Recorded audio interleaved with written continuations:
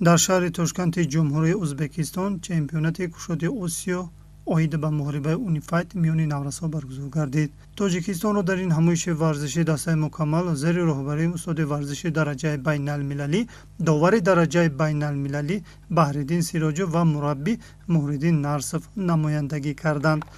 дар натиҷа ба унифайчиёни тоҷик муяссар шуд то дар байни 10 давлати дунё аз ҳисоби даставии сазовори зинаи сеюм гарданд. рӯзи даҳум яъне рӯзи варзишгарон буд. мо аллакай дар рӯзи варзишгарон тавонистем ки медали тиллои чемпионатро ба даст биёрем. барои мо як фахр буд ки дар он ҷо ҳама ин рӯзро барои мо табрик гуфт ва мо бисёр хурсанд шудем ва тавонистем ки боз рӯҳияи мо баланд шавад барои варзиш ва варзишгарони мо хуб баромад кунанд. барои Саидхони Хурдакак мусобиқаи осиёӣ фаромӯшнашаванда хоҳад монд, зеро ӯ аввалин бор қувваашро дар чунин сабқа дар вазни 25 килограмм санҷида унвони қаҳрамониро ба даст овардааст. якум бор дар вазни 25 кило баромад кардам, чемпиони Осиё шудам. ду рақиб доштам, ҳар душ Ӯзбекистон буд. бисёр машқ кардам, боварӣ доштам ки ҷои якум мегирам. аввалин рақиб ман аз Ӯзбекистон, дуюминаш аз Қазоқистон, сеюмаш аз Қирғизистон. ман ҳамаи онҳоро шикастам ва сазовори ҷои аввал гардидам. аз парчами Тоҷикистонро боланд бардоштам. ба узвии мунтахаби Тоҷикистон варзишгарон аз ноҳияи Ёвон низ шомил буд. муҳорибачионро ба сабқати осиёӣ мураббӣ Муҳриддин Нарсов омода намуд.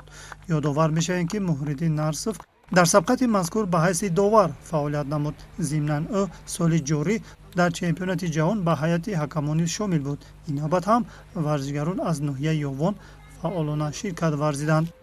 шогирдони мо ҳам дар ин чемпионат 6 нафар иштирок карда, 3 нафар сазовори ҷои аввал, 2 нафар сазовори ҷои дуюм ва 1 нафар сазовори ҷои сеюм гашт.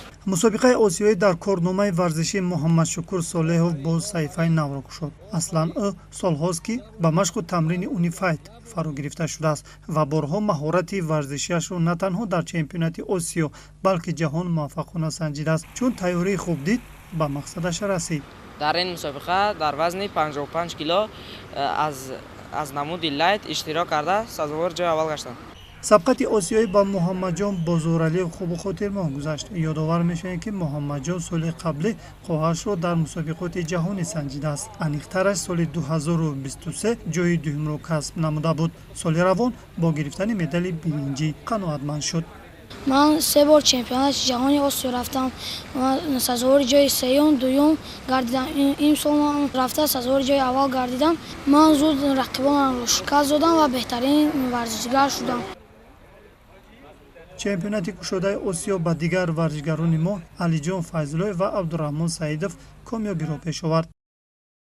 аввалин рақиби ман аз Қазоқистон буд ва дуюму сеюмаш аз Ӯзбекистон буд ва ман онҳоро шикаст дода сазовори ҷои аввал гаштам. ман Абдураҳмон Саидов дар ин мусобиқа иштирок кардам, ба ҷои дуюм гирифта. ман хеле хурсанд шуда ҳастам. ҳамин тариқ дастаи мунтахаби Тоҷикистон дар чемпионати кушоди Осиё аз ҳисоби дастави мақоми сеюмро касб намуд. умед аст ки мусобиқаҳои оянда ҳам ба варзишгарони ватанӣ барору комёбиро ба бор хоҳад овард.